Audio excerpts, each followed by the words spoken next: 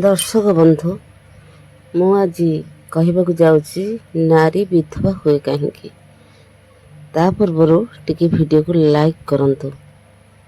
ଯେଉଁ ସ୍ତ୍ରୀ ପରପୁରୁଷ ପ୍ରତି ସର୍ବଦା ଆକୃଷ୍ଟ ହୋଇଥାନ୍ତି ଏବଂ ମିଶନ୍ତି, ସ୍ୱାମୀଙ୍କୁ ଅନ୍ତରରେ ଭଲ ପାଆନ୍ତି ନାହିଁ, ବେଶ୍ୟା ପ୍ରକୃତିର ସେହି ସ୍ତ୍ରୀ ଶୀଘ୍ର ବିଧବା ହୁଅନ୍ତି।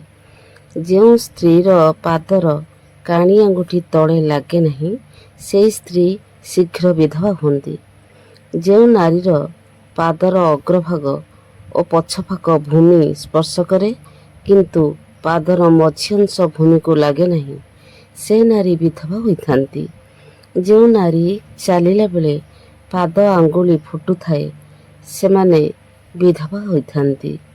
ଯେଉଁ ସ୍ତ୍ରୀ ସ୍ୱାମୀ ସହିତ ସର୍ବଦା କଳି କରୁଥାଏ, ସେହି ନାରୀ ବିଧବା ହେଇଥାଏ।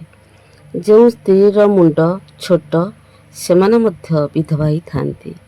ଯେଉଁ ନାରୀର ମୁଣ୍ଡ ଶରୀରଠାରୁ ବଡ଼ ହୋଇଥାଏ, ସେମାନେ ବିଧବା ହୋଇଥାନ୍ତି।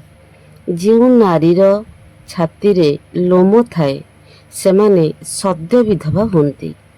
ଯେଉଁ ନାରୀର କପାଳ ଆଗକୁ ବାହାରିଥାଏ, ସେହି ନାରୀ ବିଧବା ହୋଇଥାନ୍ତି। ଯେଉଁ ନାରୀର ଦାନ୍ତ ଆଗକୁ ବାହାରିଥାଏ, ସେହି ନାରୀ ମଧ୍ୟ ବିଧବା ହୋଇଥାନ୍ତି। ଦର୍ଶକ ବନ୍ଧୁ, ଯଦି ଭିଡ଼ିଓଟି ଭଲ ଲାଗିଥାଏ ତେବେ ଲାଇକ୍ କରନ୍ତୁ। ଯଦି ନୂଆ ହେଇଥାନ୍ତି ତେବେ ସବସ୍କ୍ରାଇବ୍ କରନ୍ତୁ।